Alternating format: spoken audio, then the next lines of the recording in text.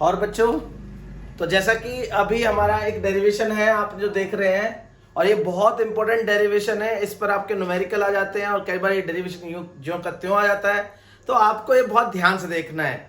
और डेरिवेशन क्या है, पहले मैंने अभी आपको जैसे कि मैंने आईपैड में बताया था, वहाँ थोड़ा बोरिंग सा हो जाता है कि भाई बच्चों को दिखते नहीं है भैया, तो लगता नहीं है कि भाई आप बोर हो जाते हैं उसे करते करते। तो मैंने एक वीडियो इस पे बना के बताई है। आप फिर बताएं भी कि भाई ये वाली बेस्ट है डेरिवेशन के लिए या फिर जो आईपैड में बना रहे हैं वो आपकी बेस्ट है।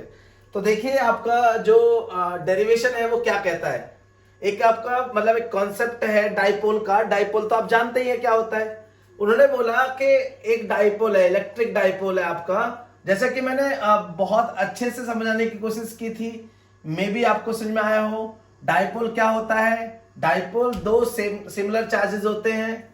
मान लीजिए हम यहाँ ए बोले और यहाँ पर बी बोले, सेम नेगेटिव और ये पॉजिटिव होता है।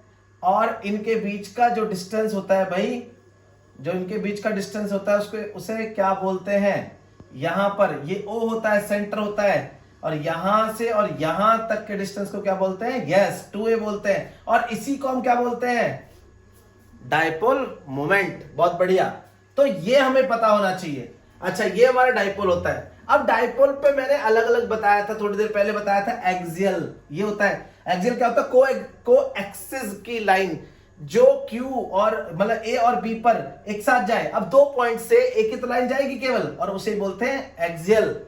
ठीक है, तो एक्सियल लाइन पर हमने कोई पॉइंट रखा था, एक्सियल लाइन पर कोई पॉइंट रखा था, उस पॉइंट का हमने इलेक्ट्रिक फील्ड निकाला था। क्या होता है बताए या भूल गए, बताइए बताइए। हाँ, तो आप ध्यान रखें, लिखें उसको दोबारा से। अब बात आती है सेम, अब देखिए इलेक्ट्रिक फील्ड इंटेंसिटी फिर से निकाल रहे हैं, एट अ पॉइंट निकाल रहे हैं, बट अब जो हो गया equatorial point line. Equatorial point line, भाई इक्विटोरियल पॉइंट लाइन क्या होता है, देखिए ये आपका डिस्टेंस है दोनों के बीच, जो सेपरेशन जो है वो क्या है, 2a का है। अब इन दोनों के बीच में आप कहीं पर परपेंडिकुलर खींच लें और इक्विटोरियल होना चाहिए। इस पॉइंट और इस पॉइंट से इक्वल होना चाहिए, इक्वी डिस्टेंस पे होना चाहिए। वो यहां हो सकता है, यहां हो सकता है, यहां हो सकता है, यहां भी हो सकता है, यहां भी हो सकता है। मान लीजिए यहां से ले, देखिए आप यहां से यहां पर, ये दोनों इससे, ये पॉइंट है P, P P P P, ये P ऐसा है, ये P ऐसा है कि जो A से भी सेम डिस्टेंस पे हो और B से भी सेम डिस्टेंस पे हो, और यहां पर ये 90 डिग्री हो। इक्विटोरियल लाइन, देखो इक्विटोरियल लाइन कैसी होगी, इक्विटोरियल लाइन, समझ में आ रहा है इक्विटोरियल लाइन। और ये पॉइंट कहीं भी हो सकता है, वो पॉइंट है। तो मैं इस पॉइंट को कंसीडर कर गया यहां पर, ठीक है, और इसे पॉइंट को नाम दे दिया हमने P पॉइंट।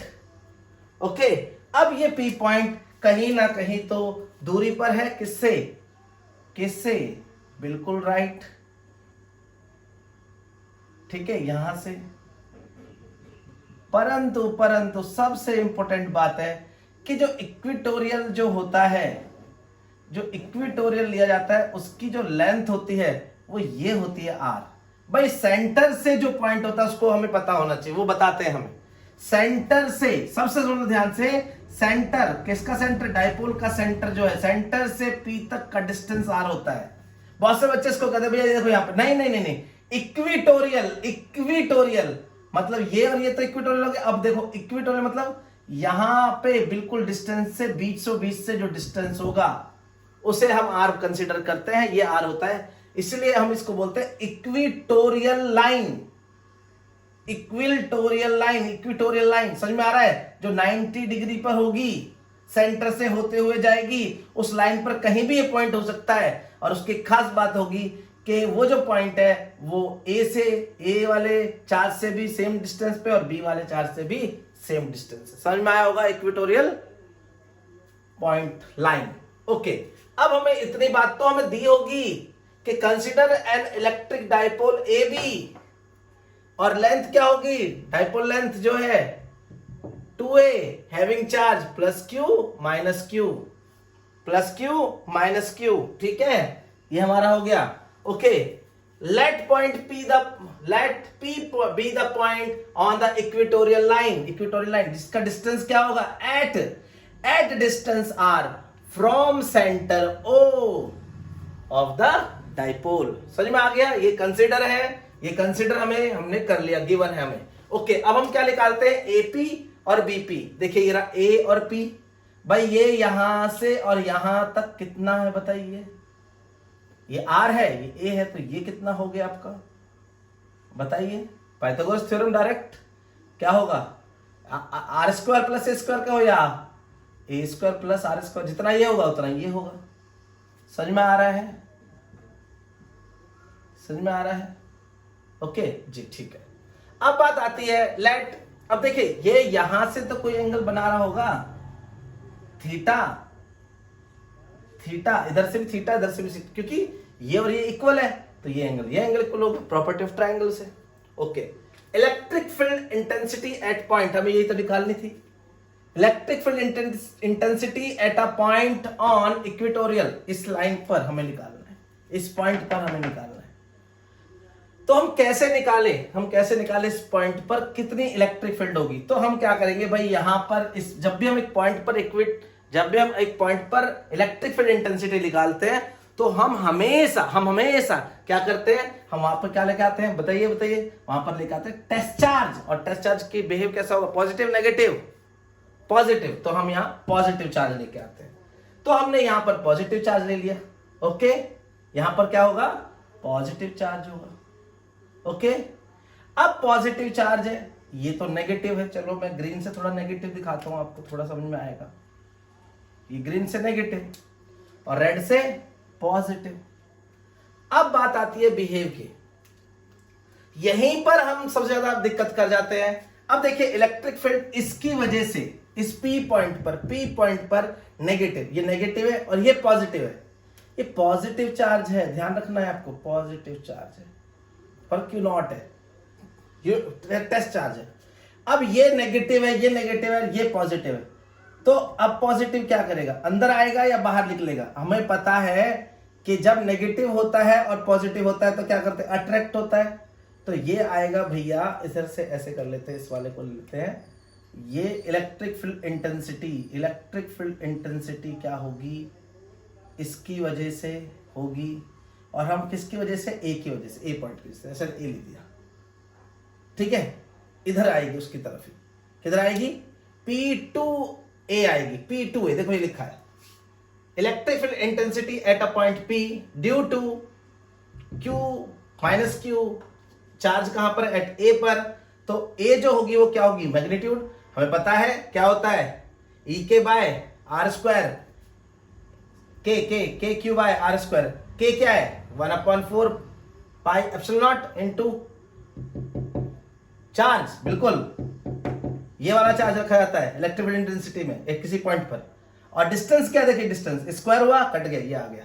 किस डायरेक्शन में? डायरेक्शन जरूर बतानी है क्योंकि वेक्टर फॉर्म है, क्योंकि ये वेक्टर फॉर्म है आपकी। ये तो डायरेक्शन बता दी हमने, क्या होगी? P2A, along P2A।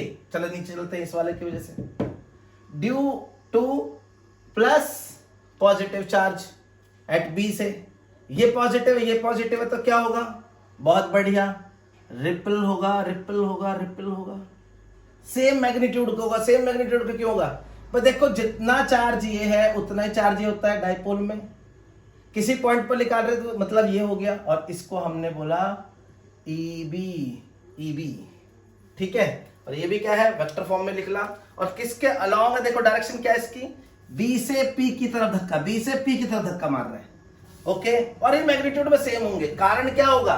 क्योंकि सेम ही तो है चार्ज, भले ही नेगेटिव पॉजिटिव डायरेक्शन लगे पर मैग्नीट्यूड में ये सेम रहेंगे। ओके, अब बात आती है भाई, अब हम निकालते हैं, ये हमें दोनों मिल गए। ओके, तो अब हम निकाले रिजल्ट कैसे होगा? तो ध्यान से देखिए भाई रिजल्ट निकालने का तरीका। तो अब इसका रिजल्ट निकालना है हमें, तो हम क्या कर देते हैं? इनको करते हैं रिजॉल्व। क्या बोलते हैं? रिजॉल्व करते हैं कंपोनेंट वाइज। बहुत ध्यान से देखेंगे, यहां से कंपोनेंट वाइज रिजॉल्व करते हैं। ओके, रेक्टेंगुलर रिजॉल्व करेंगे अब। अब देखिए ये थीटा है, ये थीटा है, ये थीटा है, तो ये क्या होगा बेटा, थीटा ऑल्टरनेट, जेड बन गया, जेड जेड, ऐसे ऐसे ऐसे, ठीक है। और ये देखिए ये ऐसे बना, तो ये थीटा, और ये थीटा, तो ये भी थीटा। समझ में आया नहीं आया, फिर से समझ लो। अगर हम ऐसे ऐसे ऐसे गए तो ये थीटा, ये थीटा, और ऐसे ऐसे आए, जब भी हम जेड बनाते हैं तो ये वाले angle theta, alternative angle same होते हैं।